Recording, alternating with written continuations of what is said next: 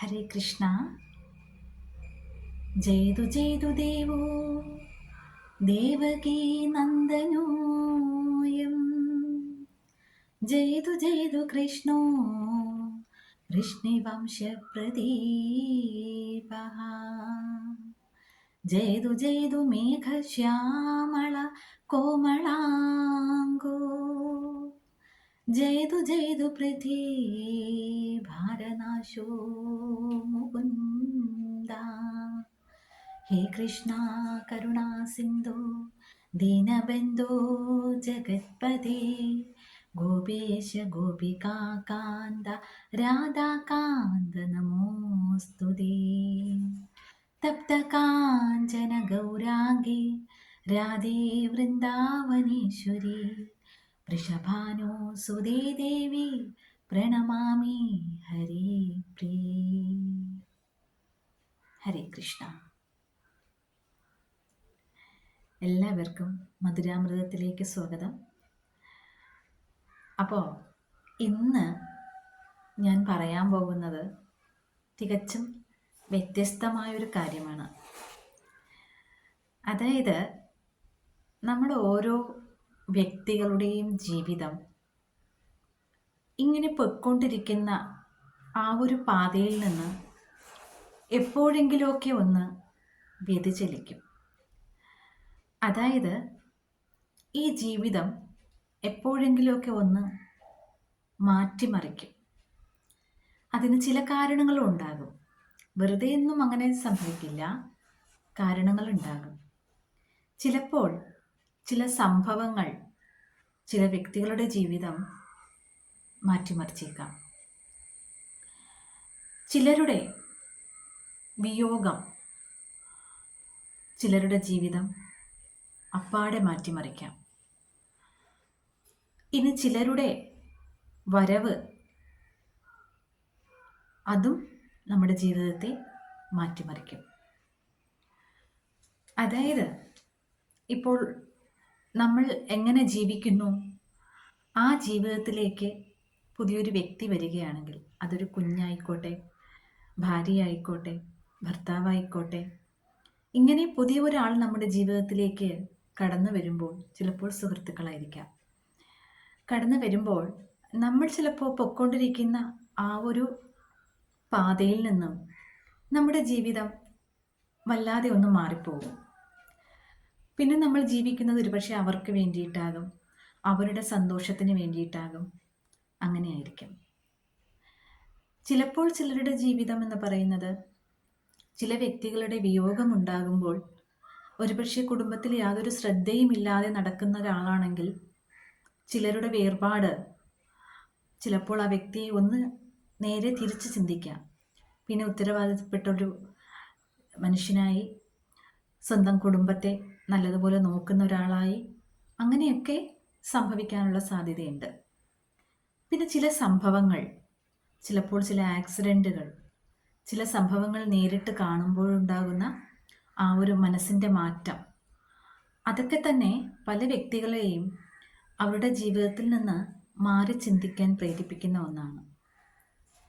എന്നാൽ എന്നെ സംബന്ധിച്ചെന്ന് പറയുന്നത്, ഒരു സ്വപ്നമാണ് എൻ്റെ ജീവിതത്തെ അപ്പാടെ മാറ്റിമറിച്ചത് എന്ന് പറയുമ്പോൾ അത് വിശ്വസിക്കാൻ കുറച്ച് പ്രയാസമുണ്ടാകും. ഒരു സ്വപ്നം എങ്ങനെയാണ് ഒരാളുടെ ജീവിതത്തെ മാറ്റിമറിക്കുന്നത് എന്ന് തോന്നും. പക്ഷേ എൻ്റെ കാര്യത്തിൽ അത് വളരെ ശരിയായിട്ടുള്ളൊരു കാര്യമാണ്. ഒരു സ്വപ്നം, അത് മാത്രമാണ് ഇന്നത്തെ എന്നെ ഞാനാക്കി തീർത്തത്. എന്നാൽ ഇന്നലെ വരെ എന്തായിരുന്നു, നിങ്ങളല്ലായിരുന്നോ എന്ന് തോന്നും. ഇന്നലെ വരെ എന്തായിരുന്നു എന്ന് ഞാൻ പലപ്പോഴും ചിന്തിച്ചിട്ടുണ്ട്. അതായത് ഞാൻ എന്നൊരാൾ ജനിച്ച് കുറച്ച് കഴിഞ്ഞപ്പോൾ, അല്ലെങ്കിൽ അറിവായി കഴിഞ്ഞപ്പോഴൊന്നും ആത്മീയതയിലോട്ടോ ഈശ്വരഭക്തിയിലോട്ടോ ഒന്നും വന്നൊരാളല്ല. സത്യം പോലെ പറയണമല്ലോ. എന്നാൽ ദൈവവിശ്വാസമുള്ള ഒരു കുടുംബത്തിലായിരുന്നു ജനനം. അവിടുന്ന് അങ്ങോട്ട് ജീവിച്ചു, പഠിച്ചു, ജോലി സമ്പാദിച്ചു, സന്തോഷകരമായിട്ടുള്ള ജീവിതം തന്നെയായിരുന്നു. നമ്മുടെ ബാല്യകാലത്തിലുള്ള ക്ലേശങ്ങൾ കുറച്ചൊഴിച്ചു കഴിഞ്ഞാൽ പ്രത്യേകിച്ചൊന്നും എടുത്തു പറയാനില്ലാത്ത സന്തോഷകരമായിട്ടുള്ള ഒരു ജീവിതമായിരുന്നു എൻ്റേത്. വിവാഹ ജീവിതവും അതുപോലെ തന്നെ കുടുംബജീവിതവും എല്ലാം തന്നെയും സന്തോഷകരമായിട്ടുണ്ടായിരുന്നു. അപ്പോൾ ഞാൻ ഒരു ഈശ്വരവിശ്വാസിയായിരുന്നു, എന്നാൽ ഞാൻ ഈശ്വരനെക്കുറിച്ച് അറിയാൻ ശ്രമിച്ചിട്ടില്ല. എന്തെങ്കിലും ഒരു ആഘോഷങ്ങൾ വരുമ്പോൾ ക്ഷേത്രത്തിൽ പോകും. അപ്പോൾ നമ്മുടെ ആവശ്യങ്ങൾ ഈശ്വരനോട് പറയും എന്നതൊഴിച്ചാൽ എന്താണ് ഭഗവാൻ എന്നതിനെക്കുറിച്ച് അറിയാൻ ഞാൻ ശ്രമിച്ചിട്ടേയില്ല. കുഞ്ഞുനാളിലെ രാമായണം, മഹാഭാരതം അതൊക്കെ ടി വിയിൽ കാണുമ്പോൾ ഇതെല്ലാം ഒരു കാലത്ത് നടന്ന കാര്യങ്ങളാണെന്നോ അത് ഭഗവാനാണെന്നോ അവതാരമാണെന്നോ ഒന്നും തന്നെ അറിയില്ലായിരുന്നു. അതൊക്കെ അറിയുന്നത് തന്നെ വളരെ കുറച്ച് നാളുകൾക്ക് മുമ്പാണ്. അപ്പോൾ ഞാൻ പറഞ്ഞു വന്നത്, ഞാൻ തികച്ചും ഒരു ഭൗതികവാദിയായിട്ടുള്ളൊരു വ്യക്തിയായിരുന്നു. സന്തോഷം കണ്ടെത്തുന്നത് മറ്റു പല കാര്യങ്ങൾ എന്ന് പറഞ്ഞാൽ വിനോദയാത്രകൾ പോവുക, നല്ല റെസ്റ്റോറൻറ്റിൽ കയറി ഭക്ഷണം കഴിക്കുക, കൂട്ടുകാരോടൊപ്പം സമയം ചെലവിടുക, ടൂറ് പോവുക, പിന്നെ കുടുംബത്തോടൊപ്പം സന്തോഷകരമായിട്ടുള്ള സിനിമയ്ക്ക് പോവുക, പാട്ട് കേൾക്കുക, കളിക്കുക, അങ്ങനെയൊക്കെ ഉള്ള ഒരു ജീവിതമായിരുന്നു. അതിലൊക്കെ ആയിരുന്നു ഞാൻ ഏറ്റവും കൂടുതൽ സന്തോഷിച്ചിരുന്നത്. മറ്റൊരു ജീവിതം, അതായത് ഭൗതിക ജീവിതം അല്ലാതെ ആത്മീയമായൊരു ജീവിതം ഉണ്ട്, അങ്ങനെ ജീവിക്കുന്നവരോട് എന്താ ഇവരൊക്കെ ഇങ്ങനെ കാണിക്കുന്നത് എന്നൊക്കെ എനിക്ക് തോന്നിയിട്ടുണ്ട്. ഇവരൊക്കെ ഇങ്ങനെ ജീവിക്കുന്നത്, ഇവർക്കൊന്നും ജീവിതം ആസ്വദിക്കണ്ടേ? അങ്ങനെയൊക്കെ എനിക്ക് തോന്നിയിട്ടുണ്ട്, ഇല്ല എന്നല്ല. പക്ഷേ ഇങ്ങനെ ഒഴുകിക്കൊണ്ടിരിക്കുമ്പോഴും ഒരു ദിവസം അത് ഒരിക്കലും ഒരു ദുഃഖകരമായ ഒരു അവസ്ഥയിൽ ഈശ്വര വിശ്വാസത്തിലേക്കോ ഭഗവാനെ അറിയാനോ ശ്രമിച്ച ആളല്ല. ജീവിതത്തിലെ സന്തോഷകരമായിട്ടുള്ള അവസ്ഥയിൽ തന്നെയാണ് ഒരു ദിവസം അവിചാരിതമായി, എന്ന് വെച്ചാൽ ഒരിക്കലും ഈശ്വരനെ കുറിച്ച് വിചാരിച്ചോ അങ്ങനെ ഒന്നും ഉണ്ടായിരുന്നൊരു ദിവസം അല്ലായിരുന്നു. പക്ഷേ അപ്രതീക്ഷിതമായി ജീവിതത്തിൽ എന്നെ മാറ്റിമറിച്ച, എൻ്റെ ജീവിതത്തെ മാറ്റിമറിച്ച ഒരു സംഭവം നടന്നു. എന്തെന്ന് വെച്ച് കഴിഞ്ഞാൽ, ഒരു ദിവസം അന്ന് വെളുപ്പിനെ ഞാനൊരു സ്വപ്നം കാണുകയുണ്ടായി. ഭഗവാൻ ഉണ്ണിക്കണ്ണനായിട്ട് ഏതോ ഒരു ക്ഷേത്രത്തിൽ ഞാനിങ്ങനെ തൊഴുത് നിൽക്കുമ്പോൾ അവിടുന്ന് ആരോ എന്നെ ഇങ്ങനെ തിരക്ക് കാരണം മാറ്റുന്നുണ്ട്. അപ്പോൾ പിടിച്ച് മാറ്റുമ്പോൾ ഞാൻ നോക്കുമ്പോൾ ആ നിൽക്കുന്ന വിഗ്രഹത്തിൽ നിന്ന് ഒരു അത്രയും മനോഹരമായിട്ടുള്ള, അത്രയും തേജസ്സോട് കൂടിയിട്ടുള്ള ഒരു രൂപം, ഒരു ഉണ്ണിക്കണ്ണൻ പുറത്തെ ആ ശ്രീകോവിലിൻ്റെ പടിമേൽ വന്ന് നിന്ന് എനിക്ക് കാണാൻ വേണ്ടിയിട്ട് കണ്ണൻ ഡാൻസ് കളിക്കുകയാണ്.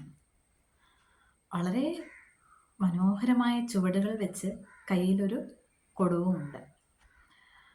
അപ്പോൾ എന്നെ ഇങ്ങനെ മാറ്റാൻ ശ്രമിക്കുമ്പോൾ ഞാൻ ആ കണ്ണനോട് ഞാൻ പറയുകയാണ്, ഞാൻ പിന്നെ വരാം എന്ന് പറയുകയാണ്.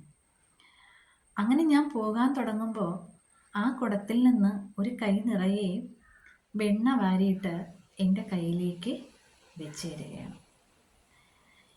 ആ ഒരു സ്പർശനം കിട്ടിയപ്പോഴാണോ അറിയില്ല, സ്വപ്നത്തിൽ നിന്നും ചാടി എണീറ്റു. സമയം വെളുപ്പിന് 3 മണി സമയമായിരുന്നു. എന്താ ചെയ്യേണ്ട, ആ ഒരു ശരീരമാകെ കോരിത്തിരിച്ചു. ആ ഒരു ഉൾപ്പുളകം കണ്ടത് സ്വപ്നമാണ് എന്ന് വിശ്വസിക്കാൻ തന്നെ പ്രയാസം. കാരണം അത് സത്യമായിട്ടും നടന്ന ഒരു സംഭവമായിരുന്നു. അതുകൊണ്ട് തന്നെ അത് സ്വപ്നമാണ് എന്ന് വിശ്വസിക്കാൻ എനിക്ക് വളരെ പ്രയാസമുള്ളൊരു കാര്യമായിരുന്നു. പിന്നെ എനിക്കങ്ങോട്ട് ഉറങ്ങാൻ കഴിഞ്ഞില്ല. കണ്ണടയ്ക്കുമ്പോൾ ആ രൂപം തന്നെ മുന്നിൽ ഇങ്ങനെ നിൽക്കുകയാണ്. എത്ര മനോഹരമാണെന്ന് എനിക്ക് വർണ്ണിച്ച് പറയാൻ സാധ്യമല്ല. അതെൻ്റെ മനസ്സിൽ മാത്രം ഇങ്ങനെ നിറഞ്ഞു നിൽക്കുന്നൊരു രൂപമാണ്. അതെനിക്ക് മറ്റൊരാളോട് പറയാനും പറ്റുന്നില്ല. അത് എത്ര സൗന്ദര്യമുണ്ട് എന്നുള്ളത് എനിക്ക് ഒരിക്കലും ഞാൻ പല പല പടങ്ങൾ നോക്കി. ഇത്രയും സൗന്ദര്യമാണോ? ഇത്രയും സൗന്ദര്യമാണോ? പക്ഷേ എനിക്ക് പറഞ്ഞു കൊടുക്കാൻ പറ്റുന്നില്ല. അതെത്രയാണ് സൗന്ദര്യമെന്ന്. കാരണം അതിനെക്കുറിച്ച് വർണ്ണിക്കാൻ വാക്കുകളില്ല. അതാണ് പറയേണ്ടത്. അത്രയും സൗന്ദര്യമുള്ള ഒരു ബാലനായിരുന്നു എൻ്റെ മുന്നിൽ. അതും ശ്രീലകത്ത് നിന്ന് ആ വിഗ്രഹത്തിൽ നിന്ന് ഇറങ്ങി വരികയായിരുന്നു. ഈ ഒരു സ്വപ്നം കണ്ടതോടുകൂടി മനസ്സിൽ എപ്പോഴും ആ കണ്ണൻ ഇങ്ങനെ നിറഞ്ഞു നിൽക്കുകയാണ്. അപ്പോൾ എൻ്റെ ദൈനംദിന കാര്യങ്ങളിൽ പോലും എനിക്ക് വേണ്ടവണ്ണം ശ്രദ്ധിക്കാൻ കഴിയാതെ തന്നെ ഈ ഒരു സ്വപ്നം എന്നെ ഇങ്ങനെ പിടിച്ചുലച്ചുകൊണ്ടിരിക്കുകയായിരുന്നു. എപ്പോഴും ആ രൂപം ഇങ്ങനെ കൺമുന്നിൽ നിൽക്കുകയാണ്. അപ്പോൾ ഒരു ദിവസം 2 ദിവസം 3 ദിവസം ഞാൻ എൻ്റെ ഏറ്റവും പ്രിയപ്പെട്ടവരോടൊക്കെ പറഞ്ഞു ഈ ഒരു അനുഭവം. ഈ സ്വപ്നം കാണുമ്പോഴും ഞങ്ങളൊരു വിനോദയാത്രയ്ക്ക് പോകുന്നതിൻ്റെ തിരക്കിലായിരുന്നു. അപ്പോൾ ക്ഷേത്ര ദർശനം അല്ലായിരുന്നു, ഒരു വിനോദയാത്രയ്ക്ക് പോകുന്നതിൻ്റെ. അപ്പോൾ മറ്റുള്ളവരൊക്കെ അത് കേട്ട് ചിരിച്ചു. അങ്ങനെ കണ്ടോ?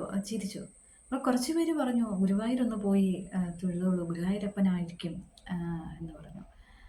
അപ്പോൾ പിന്നെ ഗുരുവായൂർ പെട്ടെന്ന് പോകാൻ പറ്റുന്നൊരു സാഹചര്യം അല്ലല്ലോ നമുക്ക്. അപ്പോൾ പിന്നെ എന്താ ചെയ്യേണ്ടത്?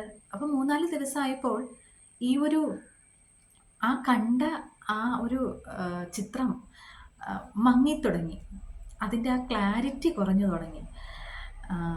തുടങ്ങിയപ്പോൾ വീണ്ടും കാണണമെന്നുള്ളൊരാഗ്രഹമായി. കാണണം, എനിക്ക് കാണണം, ഇനിയും കാണണം എന്നുള്ളൊരാഗ്രഹമായി. അങ്ങനെ ആ ഒരു ആഗ്രഹം വെച്ച് കരയാൻ തുടങ്ങി ഞാൻ. കാരണം എനിക്ക് കണ്ട് കൊതി തീർന്നില്ല. അപ്പോൾ ഞാൻ കണ്ണനെ ഇങ്ങനെ ഓർത്ത് കരയും. എനിക്ക് കാണണമല്ലോ, ഇനിയും കാണണമല്ലോ. അന്നേരം എന്നോട് കുറച്ച് പേര് പറഞ്ഞു, ശരി എന്നാൽ അടുത്തൊരു ക്ഷേത്രത്തിൽ പൊക്കോ, ഏതെങ്കിലും ഒരു ശ്രീകൃഷ്ണ ക്ഷേത്രത്തിൽ പൊക്കോ, അവിടെ പോയി ഭഗവാനെ ഒന്ന് കാണും. അങ്ങനെ ഞാൻ ഒരു ക്ഷേത്രത്തിൽ പോയി. ആ ക്ഷേത്രം എന്ന് പറഞ്ഞാൽ ഞാൻ എത്രയോ വർഷം, അതായത് 10-20 വർഷം ആ ക്ഷേത്രത്തിൻ്റെ മുന്നിൽ കൂടെ സഞ്ചരിക്കുന്ന ഒരാളാണ്. പക്ഷേ ഞാൻ ഇന്നേ വരെ ആ ക്ഷേത്രത്തിൽ കയറിയിട്ടില്ല. അത് ഉണ്ണിക്കണ്ണൻ്റെ ശ്രീകൃഷ്ണസ്വാമി ക്ഷേത്രമാണ്. പക്ഷെ ഞാൻ കയറിയില്ല, എനിക്ക് തോന്നിയിട്ടില്ല കയറാനായിട്ട്. അപ്പോൾ എനിക്ക് പെട്ടെന്ന് അവിടെ പോകണം എന്നാണ് തോന്നിയത്. അങ്ങനെ ഞാൻ ആ ക്ഷേത്രത്തിലേക്ക് പോയി. അവിടെ ചെന്ന് കയറി ഭഗവാനെ ഇങ്ങനെ നോക്കുന്ന സമയത്ത് ശരിക്കും എന്നെ വീണ്ടും അത്ഭുതപ്പെടുത്തിയ ഒരു കാര്യം എന്ന് പറയുമ്പോൾ, ഞാൻ എങ്ങനെയാണോ സ്വപ്നത്തിൽ കണ്ട ഒരു വിഗ്രഹരൂപം, അതേ രൂപത്തിലാണ് അന്ന് അവിടെ ഭഗവാനെ അലങ്കരിച്ച്, അത് മുഴുവൻ വെണ്ണ കൊണ്ടാണ് ഭഗവാനെ അവിടെ അലങ്കരിച്ച് നിർത്തിയത്. എന്താണോ വീണ്ടും കാണണമെന്ന് ആഗ്രഹിച്ചത്, അതാണ് എനിക്ക് അവിടെ കാണിച്ചു തന്നത്. ആ രൂപം കണ്ടിട്ട് അവിടെ നിന്ന് ശരിക്കും പൊട്ടി കരഞ്ഞു. കരഞ്ഞെന്ന് പറഞ്ഞാൽ മനസ്സ് തുറന്ന് കരഞ്ഞു. കാണുന്നവർ വിചാരിക്കും കുട്ടിക്ക് എന്തൊക്കെയോ ഭയങ്കര പ്രയാസമുണ്ട്, അതുകൊണ്ട് വന്ന് ഭഗവാന്റെ മുന്നിൽ നിന്ന് കരഞ്ഞതാണ്. അങ്ങനെയൊക്കെ ചിന്തിച്ചോട്ടെ, അതൊന്നും ഒരു കുഴപ്പമില്ല എന്ന് വിചാരിച്ചു. കാരണം എനിക്ക് എൻ്റെ ഉള്ളിലെ എന്നെ മാറ്റിമറിച്ച ഒരു സംഭവമായിരുന്നു അത്. എന്തായിരുന്നു ഞാൻ അത്ര നാളും, അതിൽ നിന്ന് എന്നെ നേരെ എടുത്ത് കമിഴ്ത്തി ഇട്ട പോലെയായിരുന്നു. ആ ഒരു രൂപം കണ്ട് ഒരുപാട് കരഞ്ഞു. കരച്ചിൽ അവിടെ നിന്ന് ക്ഷേത്രത്തിൽ നിന്ന് ഇറങ്ങിയിട്ടും കരച്ചിലടക്കാൻ പ്രയാസപ്പെട്ട് പോകുന്ന വഴിക്കൊക്കെ കരഞ്ഞു പോയി. ഞാൻ കാണാൻ ആഗ്രഹിച്ച കണ്ണനുണ്ണി വീണ്ടും അതേ രൂപത്തിൽ, അതേ സൗന്ദര്യത്തോടു കൂടി വീണ്ടും മുന്നിൽ വന്നു എന്നുള്ളതാണ്. ഈ ഒരു സംഭവത്തോടു കൂടി മനസ്സിലെപ്പോഴും ഭഗവാന്റെ ഒരു ചിന്ത വന്നു തുടങ്ങി. എപ്പോഴും ആ ഒരു ചിന്ത ഇങ്ങനെ വന്നു. എന്തോ ഞാനൊരു ഇരുമ്പ് കഷ്ണവും ഭഗവാൻ ഒരു കാന്തവും പോലെ അങ്ങോട്ടൊരു തിരിവ് ഇങ്ങനെ തുടങ്ങി. ഭഗവാനെക്കുറിച്ച് എന്തൊക്കെയോ അറിയണമെന്ന് തോന്നി. അതുവരെ എന്താണെന്ന് പോലും അറിയാൻ ശ്രമിച്ചിട്ടില്ലായിരുന്നു. അപ്പോൾ എനിക്കതറിയണം, ഭഗവാനെ ഒന്നുകൂടെ കാണണം, അങ്ങനെയൊക്കെയുള്ള ചിന്ത. വീണ്ടും ആ ക്ഷേത്രത്തിലേക്ക് പോയി. മനസ്സിൽ കൂടുതൽ സമയവും ആ ചിത്രങ്ങൾ മാത്രമായി, കണ്ട സ്വപ്നം മാത്രമായി. എങ്ങനെയും ഗുരുവായൂരൊന്ന് പോകണമെന്ന് തോന്നി. അധികം താമസിയാതെ പോവുകയും ചെയ്തു. പോയി കണ്ടു ഭഗവാനെ. പക്ഷേ ആ ഒരു സംഭവത്തോടു കൂടി ഞാൻ എൻ്റെ ജീവിതം എന്തായിരുന്നു ജീവിതം എന്ന് വിചാരിച്ചതിൽ നിന്നും അതൊന്നുമല്ല ജീവിതം എന്നെനിക്ക് മനസ്സിലാക്കി തന്നു എൻ്റെ ഭഗവാൻ. അതായത് ഭൗതികമായ സന്തോഷങ്ങൾ മാത്രമാണ് ഈ ജീവിതത്തിൽ ലക്ഷ്യം എന്നൊക്കെ വിചാരിച്ച് ആ സന്തോഷത്തിനും ആ സുഖത്തിനും വേണ്ടി ഓടിക്കൊണ്ടിരുന്ന ഞാൻ ഒന്ന് മാറി ചിന്തിച്ചു. ഭഗവാനെ കൂടുതൽ അറിയും തോറും മനസ്സിനുള്ളിൽ അതുവരെ അനുഭവിക്കാത്ത ഒരു ആനന്ദം, എന്തോ ഒരു നിറഞ്ഞ സന്തോഷം, ആരെയോ കിട്ടി എന്നൊരു തോന്നല്. അങ്ങനെ ഒരുപാട് പിന്നെ അവിടെ നിന്ന് അങ്ങോട്ട് സ്വപ്ന ദർശനങ്ങൾ ഒരുപാടുണ്ടായി. ആഗ്രഹിക്കുമ്പോഴൊക്കെ സ്വപ്നത്തിൽ കാണാൻ തുടങ്ങി, സ്വപ്നത്തിൽ സംസാരിക്കാൻ തുടങ്ങി. പത്മനാഭ സ്വാമിയായിട്ടും ഉണ്ണിക്കണ്ണനായിട്ടും മാറി മാറി എൻ്റെ സ്വപ്നത്തിൽ വന്നു. അവിടെ നിന്ന് അങ്ങോട്ട് ഭഗവാനെ അറിയണം എന്നുള്ളത് ഒരു ഉത്കടമായ ഒരു ആഗ്രഹമായി. അപ്പോഴാണ് ഞാൻ സോഷ്യൽ മീഡിയയിൽ സത്യം പറഞ്ഞാൽ ഭഗവത് കാര്യങ്ങൾ ഒരുപാട് പേര് പറഞ്ഞിട്ടിട്ടുണ്ട്, പറയുന്നുണ്ട്, പഠിപ്പിക്കുന്നുണ്ട്. ഇതൊക്കെ അതിന് ശേഷമാണ് ഞാൻ കാണുന്നത്. ഈ സംഭവം നടക്കുന്നത് 2021 ഏപ്രിൽ 27-ാം തീയതിയായിരുന്നു ആദ്യത്തെ എൻ്റെ സ്വപ്നദർശനം. അതിന് ശേഷമാണ് ഞാൻ ശരിക്കും പറഞ്ഞാൽ എൻ്റെ ഭഗവാനെ ശരിക്കും ഒരുപാട് പേര് ഭഗവത് കാര്യങ്ങൾ പറയുന്നുണ്ട്, ഭഗവാനെ അറിയാനുള്ള വഴികൾ ഉണ്ട് എന്നൊക്കെ ഞാനല്ല, എനിക്കതൊക്കെ ഇങ്ങനെ മുന്നിൽ കാണിച്ചു തരികയാണ്.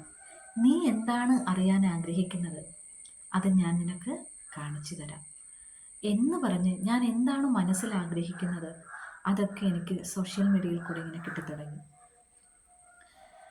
അതിൽ എൻ്റെ ഗുരുവായി ഞാനൊരു മാതാജിയെ കണ്ടു. മനസ്സാൽ ഗുരുവായി ഞാൻ സങ്കല്പിച്ചു. ആ മാതാജി പറയുന്ന കാര്യങ്ങളൊക്കെ ഞാൻ ശ്രദ്ധിച്ചൂടെ കേട്ടു. ഞാൻ കാര്യങ്ങൾ മനസ്സിലാക്കാൻ തുടങ്ങി. ഞാൻ ഭഗവത് ചരിതങ്ങൾ വായിക്കാൻ തുടങ്ങി, പുസ്തകങ്ങൾ വാങ്ങാൻ തുടങ്ങി, വായിക്കാൻ തുടങ്ങി. ഒന്ന് വായിക്കുമ്പോൾ പിന്നെയും അറിയണമെന്ന് തോന്നി, വീണ്ടും വീണ്ടും വായിക്കാൻ തുടങ്ങി. അങ്ങനെ വായിച്ചുകൊണ്ടേയിരിക്കുന്നു. ഇപ്പോഴും ഒന്നും ആയിട്ടില്ല. എങ്കിലും ആ ഭഗവാൻ തന്ന അങ്ങോട്ട് തിരിഞ്ഞപ്പോൾ ജീവിതത്തിൽ കിട്ടിയ സന്തോഷം എൻ്റെ ഇത്രയും വർഷത്തെ ജീവിതത്തിൽ എനിക്ക് കിട്ടിയിട്ടേ ഉണ്ടായിരുന്നില്ല. ഏതൊരു സന്തോഷം ജീവിതത്തിൽ വന്നിട്ടുണ്ടെങ്കിലും അതിനൊക്കെ കുറച്ച് നാൾ കഴിയുമ്പോൾ പിന്നെ ആ സന്തോഷം അങ്ങ് കുറയും. അടുത്ത കാര്യങ്ങൾക്കായി അതിലെ സന്തോഷം അതും കുറച്ച് നാൾ കഴിയുമ്പോൾ അങ്ങ് പോകും. അതായത് ഒരു വിവാഹം കഴിച്ചപ്പോൾ അത് സന്തോഷം, കുറച്ച് നാൾ കഴിഞ്ഞപ്പോൾ ആ സന്തോഷം അങ്ങ് കുറഞ്ഞു. കുഞ്ഞ് ജനിക്കുമ്പോൾ ആ സന്തോഷം, അതും ആ ജനിച്ച ദിവസം ആ സന്തോഷം പതുക്കെ പതുക്കെ അങ്ങ് കുറഞ്ഞു വരികയാണ്. അതുപോലെ ജീവിതത്തിൽ പല പല കാര്യങ്ങൾ സംഭവിക്കുന്ന സമയത്ത് സന്തോഷം കൊണ്ട് മതിമറക്കും, എന്നാൽ കുറച്ച് നാൾ കഴിയുമ്പോൾ അതെല്ലാം പോകും. ഇത് തന്നെ എൻ്റെ ജീവിതത്തിൽ മാത്രമല്ല, നമ്മളെല്ലാവരുടെ ജീവിതത്തിലും ഉള്ളതാണ്. പക്ഷേ ഈശ്വരനെ അറിയാൻ തുടങ്ങിയപ്പോൾ, ഭഗവാനോട് അടുക്കാൻ തുടങ്ങിയപ്പോൾ, ഭഗവാനെ സ്നേഹിച്ചു തുടങ്ങിയപ്പോൾ, മനസ്സിൽ ആ ചിത്രം പ്രതിഷ്ഠിച്ചു തുടങ്ങിയപ്പോൾ ഉണ്ടായ ആ ഒരു ആനന്ദം എന്ന് പറയുന്നത് ആത്മാവിനാണ് ഉണ്ടായത്. ആ ആത്മാവിനുണ്ടായ ആനന്ദം അത് ഒരിക്കലും അവസാനിക്കാത്തതാണ്, നിറം മങ്ങാത്തതാണ്. അത് കൂടുതൽ കൂടുതൽ സന്തോഷിപ്പിക്കുന്നതാണ്. ഒക്കെ തിരിച്ചറിഞ്ഞു കഴിഞ്ഞതാണ് എൻ്റെ ജീവിതത്തിൽ കൂടെ ഞാൻ തിരിച്ചറിഞ്ഞു. ആ സന്തോഷം ഒരിക്കലും അവസാനിക്കണമെന്ന് ആഗ്രഹിക്കില്ല. കൂടുതൽ കൂടുതൽ ആത്മാനന്ദം കിട്ടണം എന്നേ ആഗ്രഹിക്കുള്ളൂ. പിന്നെ ഉണ്ടായത് ഒരു സുരക്ഷിതത്വ ബോധമാണ്. ആരില്ലെങ്കിലും ഇങ്ങനെ ഒരാൾ എനിക്കുണ്ട്, ഞാൻ വിളിച്ചാൽ വിളിപ്പുറത്തുണ്ട്, എൻ്റെ എല്ലാ കാര്യങ്ങളും അറിയുന്ന ഒരാളാണ് ഞാനെന്ന് പറയുന്നത് തന്നെ ആ ഭഗവാൻ തന്നെയാണ്. എൻ്റെ ഉള്ളിലിരിക്കുന്നത് ആ പരമാത്മാവ് തന്നെയാണ്. ഇതൊക്കെ മനസ്സിലാക്കിയപ്പോഴാണ് എത്ര ആനന്ദമാണ്, എത്ര സുരക്ഷിതത്വ ബോധമാണ്.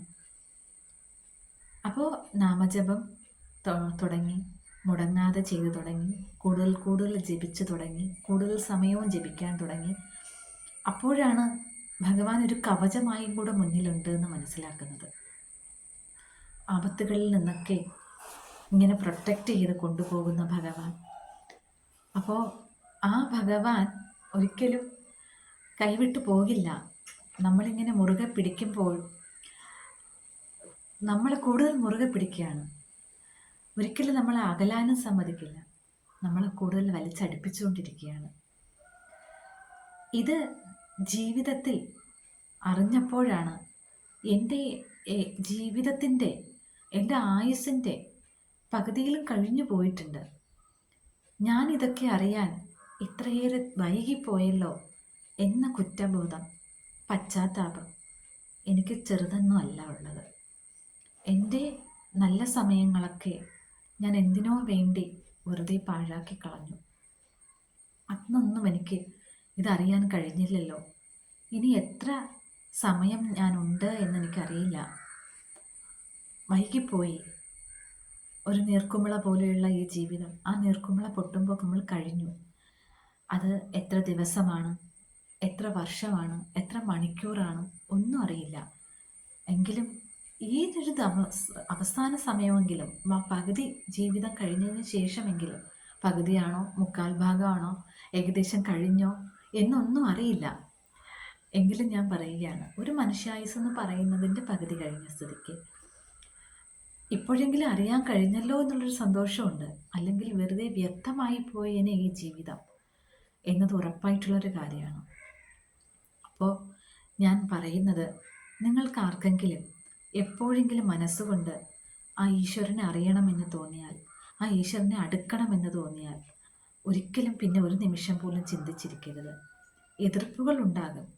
അത് എന്ത് കാര്യത്തിനും നമ്മുടെ കൂടെ ഉള്ളതാണ് എതിർപ്പുകൾ. കുറച്ച് പേര് സപ്പോർട്ട് ചെയ്യുമ്പോൾ കുറച്ച് പേർ എതിർക്കും.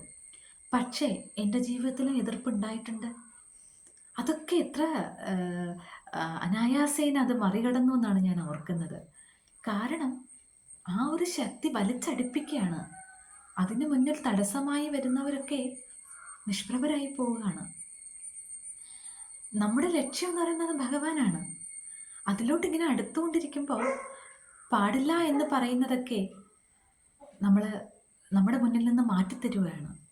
നീ എൻ്റെ അടുത്തേക്കാണ് വരേണ്ടത് എന്നിങ്ങനെ കൈനീട്ടി വിളിക്കുകയാണ്, അങ്ങോട്ട് പോവുകയാണ്. അപ്പോൾ ഞാൻ നിങ്ങളോട് പറയുകയാണ്, എപ്പോഴെങ്കിലും ജീവിതത്തിൽ ഇതുവരെ തോന്നിയിട്ടില്ലെങ്കിലും ഇനിയെങ്കിലും തോന്നുകയാണെങ്കിൽ മടി തോന്നരുത്. പെട്ടെന്ന് തന്നെ അതിലേക്ക് തിരിയാം. ഈശ്വരനെ അറിയാം. ആ ആത്മാനന്ദം അനുഭവിച്ചറിയണം. അത് അനുഭവിച്ച് തന്നെ അറിയണം. ഒരിക്കലും പറഞ്ഞു തരാൻ സാധിക്കില്ല. പഞ്ചസാര മധുരമുള്ളതാണ് എന്ന് പറഞ്ഞാൽ അതെങ്ങനെയുള്ള മധുരമുള്ളതാണെന്ന് അറിയണമെങ്കിൽ അത് നാവിൽ വെച്ച് രുചിച്ച് അതിൻ്റെ മധുരം അറിയണം. അതുപോലെ തന്നെ ആ ഭക്തി, അല്ലെങ്കിൽ ഭക്തി എന്നൊന്നും പറയാൻ ഞാൻ ആളായിട്ടില്ല, ഞാനൊരു ഭക്തി എന്ന് പറയാനും ആളായിട്ടില്ല. എങ്കിലും ആ ഭഗവാനോടുള്ള ഇഷ്ടം, ആ ഭഗവാന്റെ സ്നേഹം അത് അനുഭവിച്ചറിയണമെങ്കിൽ അതിനോട് അടുക്കുക തന്നെ വേണം. അത് തിരിച്ച് നമ്മൾ അനുഭവിക്കണം. ആരും പറഞ്ഞു തന്നാൽ മനസ്സിലാകുന്ന ഒന്നല്ല. പറഞ്ഞു തരാനും കഴിയില്ല ആർക്കും. അത്രയ്ക്കും വിലപിടിച്ച ഒന്നാണ്, അത്രയ്ക്കും അമൂല്യമായ ഒന്നാണ്, അത്രയ്ക്കും പവിത്രമായ ഒന്നാണ്. അതുകൊണ്ട് തന്നെ എപ്പോൾ തോന്നുന്നുവോ അപ്പോൾ അങ്ങനെ, അല്ലെങ്കിൽ തോന്നണം ഇതല്ല ജീവിതം എന്നുള്ള സത്യം മനസ്സിലാക്കണം. ആ മനസ്സിലാക്കിയ ഒരാളാണ് അത് പറഞ്ഞു തരുന്നത്. അപ്പോൾ അത് മനസ്സിലാക്കിയിരിക്കണം. നമ്മൾ വെറുതെ വ്യർത്ഥമായി പലതിൻ്റെയും പുറകെ ഓടുമ്പോൾ ഇതൊക്കെ എന്തിനു വേണ്ടിയിട്ടായിരുന്നു എന്ന് ചിന്തിച്ചു പോകും. എന്തിനു വേണ്ടിയിട്ടായിരുന്നു എന്ന്. ആ കഴിഞ്ഞുപോയ സമയത്തെക്കുറിച്ച് ഒരിക്കലും കുറ്റബോധം തോന്നരുത്.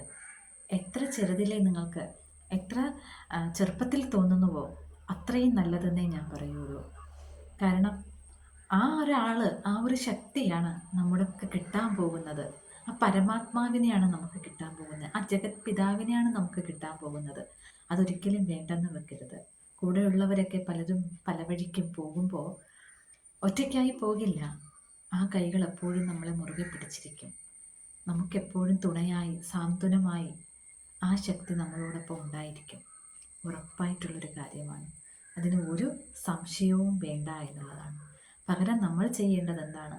നമ്മുടെ മനസ്സിൽ, നമ്മുടെ ഹൃദയത്തിൽ അങ്ങ് പ്രതിഷ്ഠിച്ചിരുത്തുക. മറ്റെന്തിനേക്കാളും വലുത് എനിക്കെൻ്റെ ഭഗവാനാണ് എന്ന് ചിന്തിച്ചുകൊണ്ട് ഇവിടെ അങ്ങ് എത്തുക. ഉള്ള സ്നേഹവും എല്ലാം അവിടെ കൊടുക്കുക.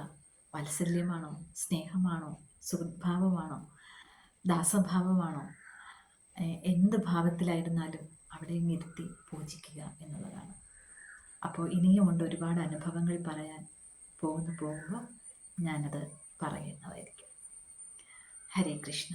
എല്ലാ പേർക്കും ഭഗവത് അനുഗ്രഹം എപ്പോഴും എപ്പോഴും ഉണ്ടായിരിക്കട്ടെ. ഹരേ കൃഷ്ണ.